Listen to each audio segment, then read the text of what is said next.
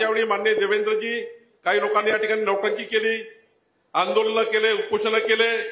त्यांनी कधीच त्या ठिकाणी मंत्री म्हणून काम करताना या अमरावतीचा विचारच केला नाही. या अमरावतीला अनेक मंत्री मिळाले, अनेक लोक मिळाले, पण खोटारडेपणा एवढा की आंदोलन करायचं, आंदोलनामध्ये नाटकं करायचे.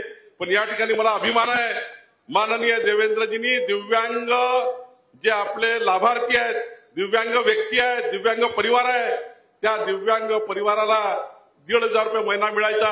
पण माननीय मुख्यमंत्री देवेंद्र फडणवीसजींनी यावर्षीपासून आता 1,500 ते 2,500 रुपये महिना आपल्या दिव्यांगांना मिळवून देण्याकरता या ठिकाणी एक मोठा कार्य या मागच्या बजेटमध्ये केलं. त्याबद्दल अमरावतीच्या या भूमीतनं मी त्यांचे आभार मानतो. खरं तर देवेंद्रजी, या ठिकाणी मोठी मागणी शेतकऱ्याच्या कर्जमाफीची होती. खरं तर तुमची पहिल्यापासून भूमिका आहे की शेतकरी कर्जमुक्त झाला पाहिजे, शेतकऱ्यावर कर्ज असू नये.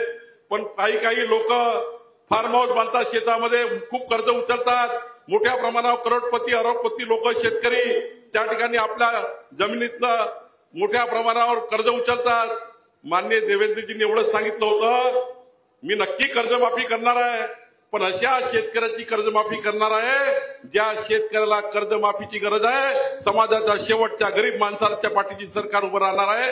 आणि म्हणून माननीय देवेंद्रजींनी खऱ्या अर्थाने एक समिती तयार केली आणि या समितीच्या माध्यमातून ते आपल्या भाषणात सांगतील. पण या ठिकाणी काही लोक नौटंकी करतात म्हणून मी सांगतो आहे, देवेंद्रजी, आपण जी समिती केली आहे, मला विश्वास आहे ही समिती ज्या व्यक्तींना, ज्या शेतकऱ्यांना कर्जमाफीची खरी गरज आहे, त्या शेतकऱ्याची कर्जमाफी करण्याची शिफारस ही समिती करेल. आणि मला विश्वास आहे की आपण या महाराष्ट्राला, या अमरावतीला, या मोर्चेला शब्द दिला आहे की पुढच्या काळामध्ये, आमच्या सरकारच्या काळामध्ये शेतकरी कर्जमुक्त होतील. निश्चितपणे ज्या शेतकऱ्याला कर्जमाफीची गरज आहे असा शेतकरी कर्जमुक्त झाल्याशिवाय राहणार नाही, असा विश्वास या ठिकाणी आपल्याकडनं निश्चितपणे मी व्यक्त करतो. मला अभिमान आहे मोर्चीकरांचा, वरुडकरांचा.